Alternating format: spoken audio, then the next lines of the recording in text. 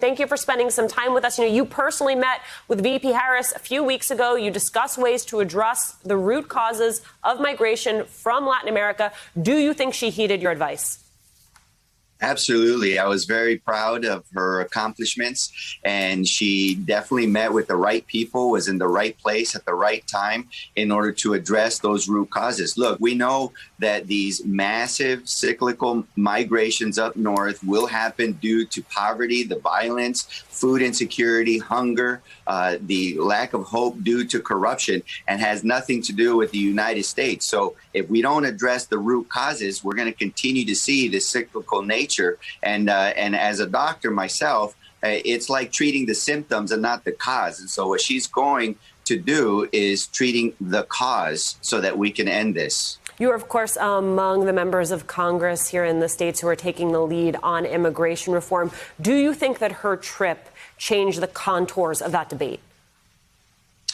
I think that it definitely brought more attention to that debate. But right now, we are still pushing forward with the full court press to try to get the Senate to work together in order to pass the Farm Workforce Modernization Act, the Dream and Promise Act that we passed out of the House. And also, if we no longer are pursuing a American Jobs Plan or American Families Plan with individuals' bills, and we move towards a budget reconciliation, then we're going to make sure that we make the strong case, the Congressional Hispanic Caucus will, that immigration reform is an economic budget issue to the parliamentarian.